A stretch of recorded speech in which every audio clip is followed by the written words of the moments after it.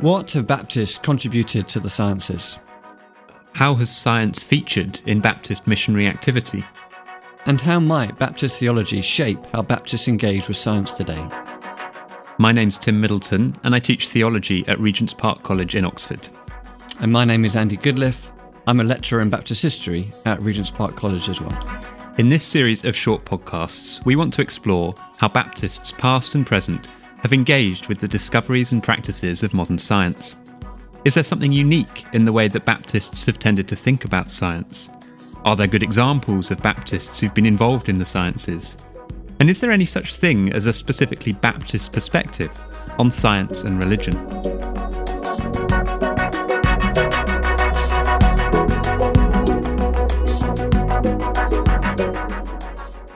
So today we're joined by Andrew Kaiser, the author of Encountering China, The Evolution of Timothy Richard's Missionary Thought.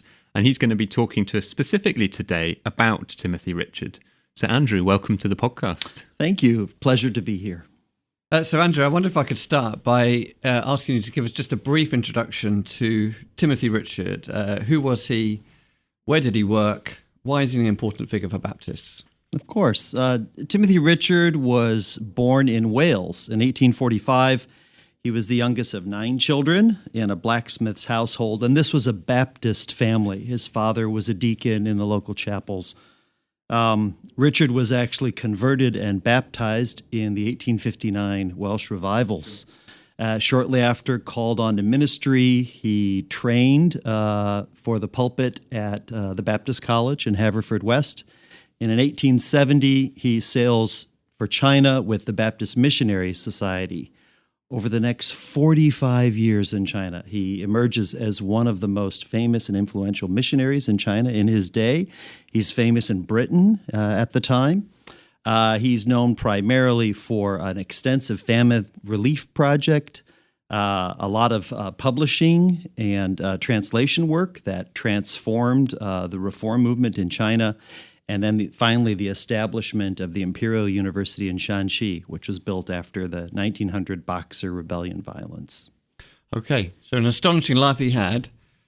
This is a Baptist and Science podcast. Why are we talking about Timothy Richards when we're talking about science? That's an excellent question.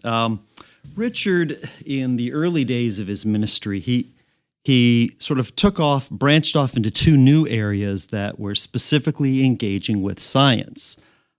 First of all, again, in the wake of his famine relief efforts, he found he was actively sought after by local Chinese officials.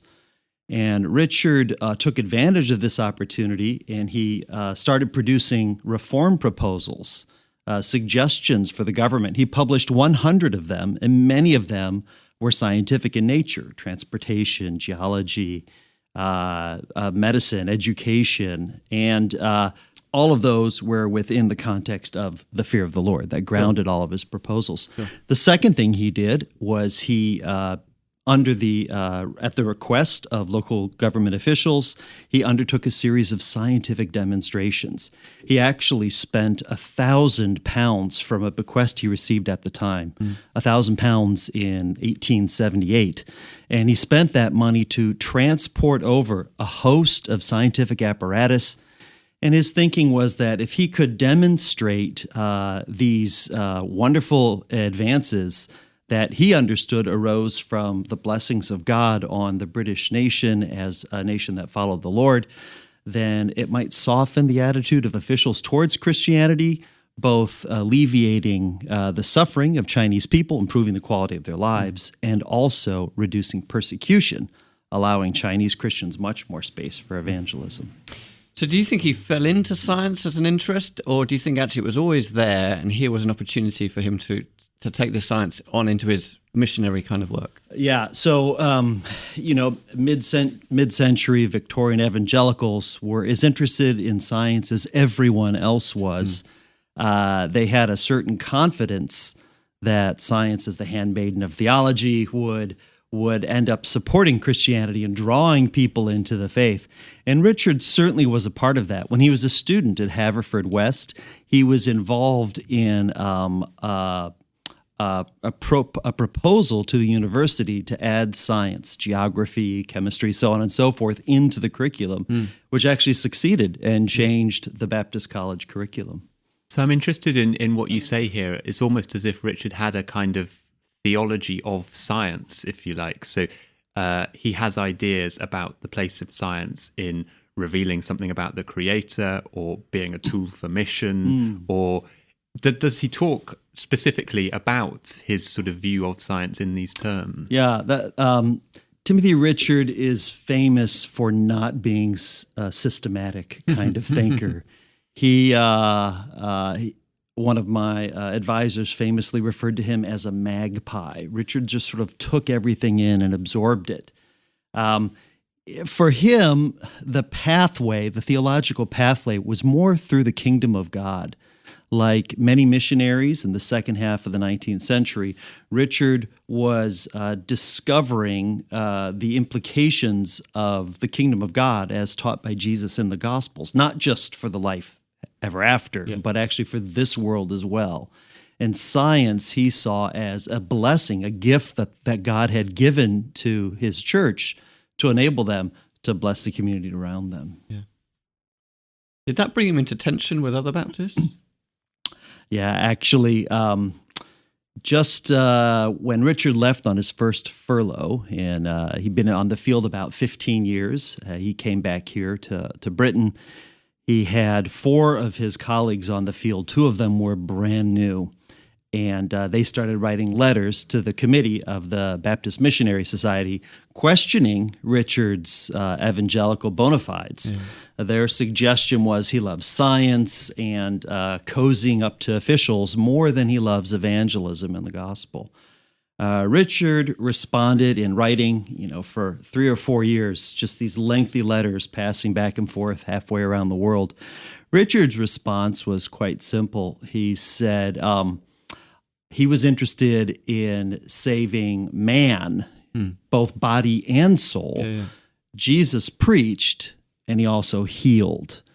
So again, you see this broadening, this expanding of this idea of the kingdom. And once that step is taken, there's room for everything. In the end, the Baptist Missionary Society brought in James Legge, the famous China missionary and Scientologist, to sort of adjudicate who was right, who was wrong, and Richard was cleared of all charges and encouraged to continue serving the church in China. Yeah. So I guess Richard is an example of one who's takes science very seriously, but from a perspective of his Christian faith, but actually that isn't always straightforward. Right. And there are others will take other views, and I think something about Richard's his conviction and his commitment to actually his understanding of the place and the role that science can play in mission. Yeah, I think one of the things that stands out when you look at the lifetime of ministry of someone like Timothy Richard is he doesn't feel bound by conventional boundaries or categories. From his perspective, if God is all and is in all, then he's perfectly willing to take whatever tools are at hand, whether it's the ability to deliver people from starvation or the ability to use Geisler tubes to demonstrate something about electricity to people who've never heard of electricity. He would take it all as a means to draw people towards Christ. So here's a bit of a tricky. Was he successful as a missionary in that way, or was it? That's an interesting question. In a letter in the midst of this controversy, his wife sort of explains what Richard is doing. In his early years in ministry, he was very much involved in church planting and training up local ministers, a highly indigenous model of church expansion with churches run by local believers in the home. And then he sort of, after the famine, he branches off and puts more and more energy into these officials. The way that she describes it is Richard wasn't abandoning the gospel in exchange for winning officials and passing resolutions or something like that. On the contrary, he was simply doing something that was necessary, maybe a preparatory labor that would create more space for local evangelists. But this work, changing the hearts of officials, was difficult, and very few were equipped or called for it. And here he was with the officials beating on his door. How could he refuse to do that because he had to do, quote, frontline work? Yeah. So she sees it more as sort of a sacrifice, a stepping aside to prepare room for others. Yeah. Yeah. So I'm just wondering, if we zoom out a tiny bit, was Richard unusual in his use of science for missionary activity? So you talked about these kind of big demonstrations that he spent lots of money on. More generally, what's your impression of the place of science in missionary activity at large, and how Richard fits into that picture? Yeah, so it's an interesting question. If you don't dig too deeply, it sort of presents as novelty in mission. He's come up with these new creative things, but actually he's very much a part of things that were just beginning in mid-century Britain at the time, within the evangelical world, and even out on the mission field. When Richard first arrived, within months after his arrival, the only other member of the Baptist Missionary Society in China passed away. So he was a novice, fresh on the field, all on his own. He did two things. On the one hand, he relied heavily on local Chinese Baptists, and that shaped, of course, the course of his ministry. But the other thing that he did is he started in Shandong, and there he was surrounded by some real giants of mission, these American Presbyterians there, Hunter Corbett, Matir, Nevius, these big names, revered missionaries. And interestingly enough, many of them were starting schools. Matir actually started a school in China, and then with his own hands, he crafted the scientific apparatus for working in the labs and for training these young students. Corbett actually set up a museum next to his preaching hall. So you would come in and hear the gospel mission and then be allowed to see the wonders of God's creation. And it was biological specimens and scientific apparatus. So these things were sort of in the air at the time. And do you think this is, in one sense, then Richard was part of this pioneering of new ways of doing mission? Do you think actually many ended up following Richard, or what's his legacy? Yeah, this definitely goes on to become a growing trend. Not too long after Richard arrived, he was joined by Alfred Jones, another Baptist, and Jones is probably most famous for working with Whitewright. And Jones and Whitewright created a museum in Shandong province that then went on to become the Jinan Institute. And you had a Christian university, you had this big museum attached to it, which had decades of powerful work. Thousands and thousands of people visited this and heard about the wonders of God's creation. So Richard himself had a certain legacy, maybe more in reform than science, but the people who came to work around him, they picked up on this, and it expanded over the course of the rest of the 19th century.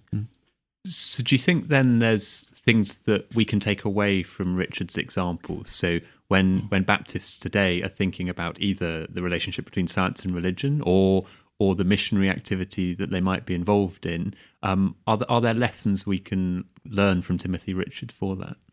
I think so. Richard was a romantic in the sense that he liked grand ideas and he thought big all the time. He wasn't interested in converting one person. He wanted conversion by the millions. So he was sort of bold in that sense. But he was also very pragmatic. He was willing to do what would work. I think of the Apostle Paul's, right? All things to all people, so that by some means I might win some. And I think Richard is an example of what that can look like. I think many times, Christians today, we can sort of stay in our comfortable Baptist chapels and we have our beautiful Sunday faith. Richard was a Monday through Friday and even Saturday. He was always out there engaging, pushing, looking for more ways to introduce people to what God has done in this world and what God promises in this world. And I think there's a good warning there for many Christians today. Andrew, thank you so much for introducing this character. I think he was a character in many ways to us, and how he used science in so many ways in his life and his mission and his work in China. We really appreciate it. Thank you. My pleasure. My pleasure.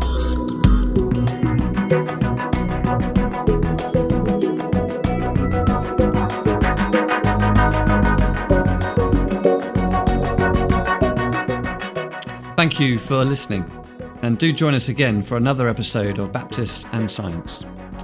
These podcasts are brought to you by the Centre for Baptist Studies at Regent's Park College, University of Oxford. They were funded by a Science for Seminaries grant from the ECLAS, Equipping Christian Leadership in an Age of Science project at Durham University. The music is by Alan Kerry, and this episode was edited by Alan Kerry.